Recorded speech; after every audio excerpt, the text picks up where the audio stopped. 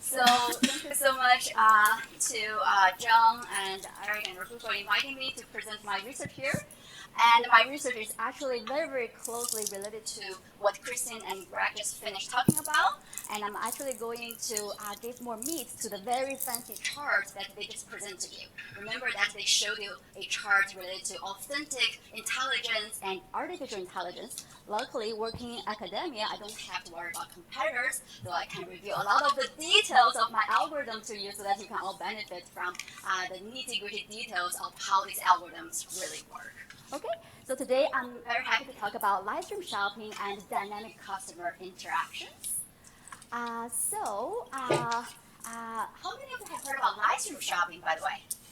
Okay, many of you, great. So live stream shopping is a new format of e-commerce which allows brands and influencers to drive live content and demonstrate product. Consumers can interact with a Bollywood star or a host asking questions in real time. So far, the largest live stream shopping platform, Taobao Live, has generated over 500 billion sales transactions from 2 million influencers. The best performing industries on the platform include jewelry, fashion, and fresh produce. And one of the tools the platform uses to keep consumers engaged is to send coupons to the consumers. These statistics come from Taobao Live, but live stream shopping does not only occur on the Taobao platform. In China, companies such as TikTok and Kuaishou also started live stream shopping. In the US, Amazon launched Amazon Live back in February 2019. Later on, Wayfair, Facebook, and Google all joined the live stream shopping game. Okay, so this is a booming phenomenon everywhere in the world. As I said earlier, one of the tools platforms use to keep consumers engaged is to send coupons to the consumers. For instance, when you're watching a live stream show, a coupon can just pop up on your screen. In this coupon, you're going to get 15 RMB off a 99 RMB purchase. At the time of the study, okay, the product design of the platform is such that in each live stream show that you watch, you're going to receive one coupon like this. That means that consumers actually receive these coupons very, very frequently. Okay, so imagine that in each show that you watch, you're going to receive one coupon like this. That creates many, many opportunities for influencers, for the platform to engage with consumers. Because of the high frequency of coupon delivery, that makes the coupon allocation problem a dynamic targeting problem. Okay, so at the time of the study, the platform was still in a very early stage. It randomly sent coupons to the consumers in order to figure out the effectiveness of the coupons. But in the future, the platform wants to do it algorithmically. Specifically, the platform wants to know to whom should they send the coupons to, how much should the discount levels be, and most importantly, what should be the optimal sequence of coupon delivery.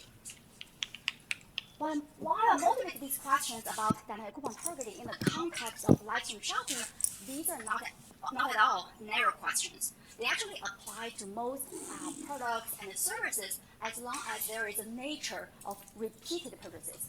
For instance, when you are buying groceries at Whole Foods, apparel at Gap, tech devices at Best Buy, when you book a hotel at Holiday Inn, or when you order a ride with Uber, you might receive coupons repeatedly, right? So how to design dynamic coupons is a very common problem facing many different companies.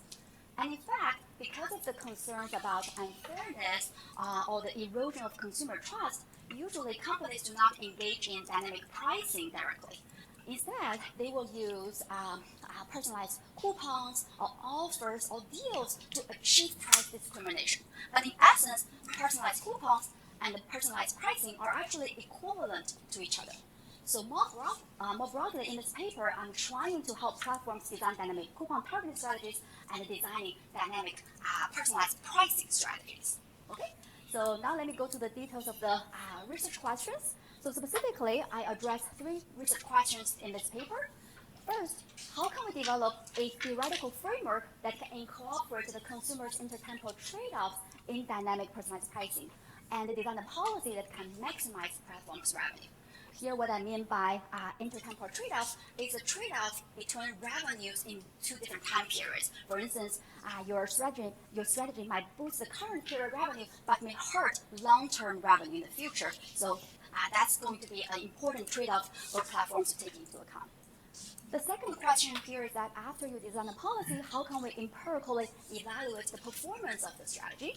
And then lastly, what are the gains from using a dynamic targeting framework and what mechanisms can explain the gains? And the mechanisms here are actually related to the authentic intelligence mentioned by Greg and Kristen earlier. Okay? Before I go to the details of the algorithm, I'm going to show you the quick takeaways. In this paper, I designed a dynamic deep reinforcement learning algorithm, BDRL, which increased the platform's GMV, gross merchandise value, by 63% compared to the status quo, which is the random allocation policy. And I tested the performance of the algorithm using a large-scale field experiment. My algorithm BDRL is 34% more effective than using static targeting policies because it can incorporate the consumer's intent-temporal trade-offs, especially the reference price effect. Luckily, BDRL is also 20% more effective than using a structural econometrics approach because it can help mitigate model bias. And finally, I recommend giving a small discount when a consumer is visiting a more attractive host, and I recommend a price skimming strategy over time. All right, so now let me go to the details. So to answer the research questions, I collaborated with one of the largest live stream shopping platforms in the world. In total, I collected data from 1 million consumers who watched 200,000 live streams created by 12,000 hosts. In total, these consumers received 26 million coupons within a 3-month time period. So here is the sequence of events. So here, let me describe where the algorithm is applied.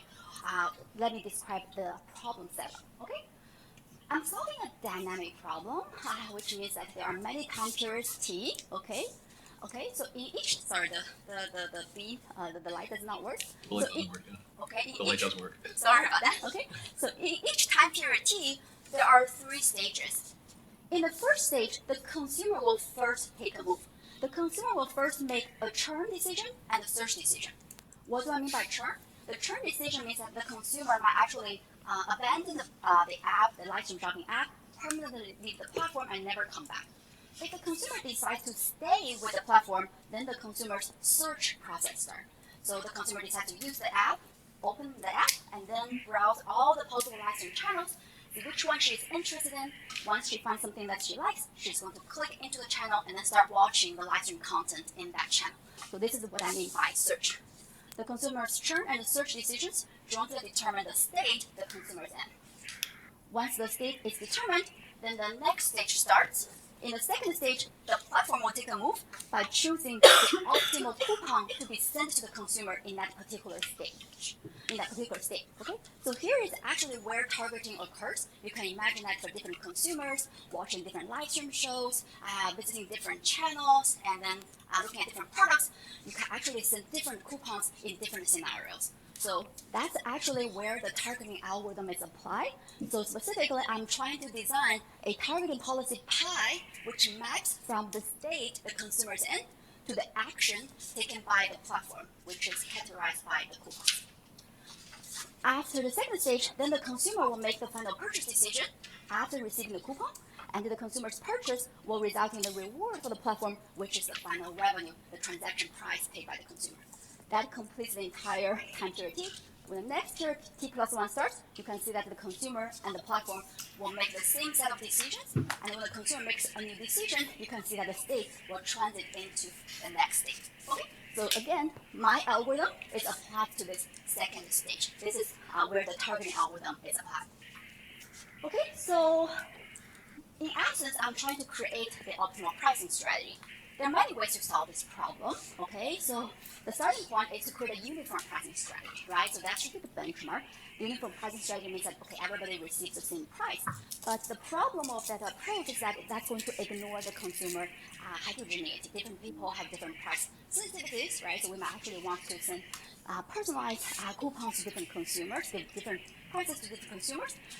The second approach, personalized pricing, is widely used in the industry, but it still suffers from the problem that it ignores the consumer's inter-temporal trade-offs. So what do I mean by that? So here is actually where the authentic intelligence is. Okay?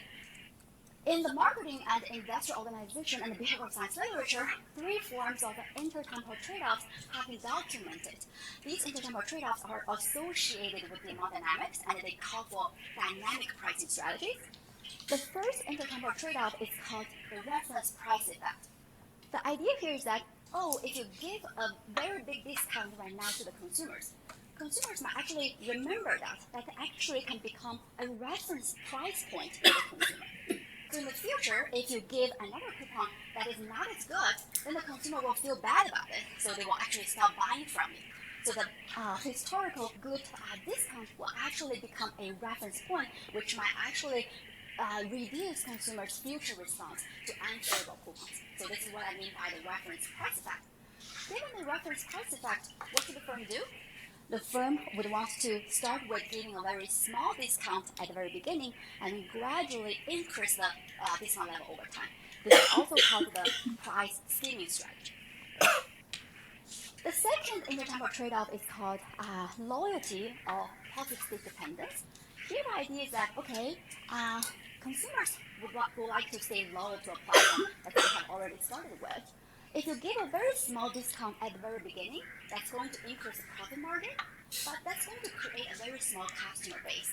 And the current small customer base will lead to low repeat purchases in the future because not many people are going to stay loyal with the platform. Not many people are going to become locked into your platform. Okay, so this is another intertemporal trade-off. Current high revenue might actually lead to low revenue in the future. So given this loyalty effect, what should the firm do? The firm should start with giving out a very big discount to attract consumers and then gradually lower the discount level over time. This is also called the price penetration strategy or invest then harvest strategy. The third type of intertemporal trade-off is called variety seeking or negative state dependence. The idea here is that, if you give a very big discount right now, consumers are going to buy, but some people are going to become satiated over time. They want to seek variety over time, so they are going to stop buying in the future. Given this variety-seeking tendency, what should the firm do? The firm has no incentive to invest in consumers, so the optimal strategy is to stay with a very low discount over time. Okay? So in the paper, we actually did very careful data analysis to test the possibilities of all the 3 types of intertemporal trade-offs, and I found some evidence of the reference price effect. Given the presence of the reference price effect, it makes more sense to do dynamic targeting. The dynamic pricing strategy will work better than a static targeting strategy. That leads me to my third solution here. So here we can create a personalized and dynamic pricing strategy. And historically, we can build some models for that.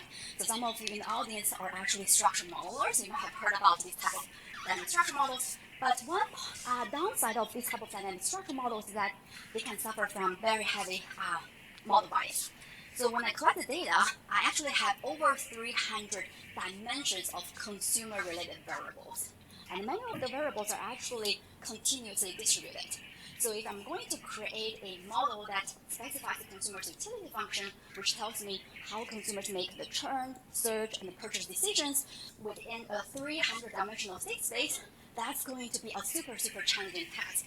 Knowing the true functional form of the utility function is almost impossible from an analyst perspective. Okay? So because it's really, really hard to specify a correct model, so model bias could become a really, really severe problem. So that leads me to think about a different approach. So instead, I'm going to propose to use a dynamic personalized pricing strategy, but without a specific model. I'm going to use a model-free approach. And here is the model-free dynamic pricing strategy that I'm designing. Specifically, I'm creating an algorithm based on model-free deep reinforcement learning.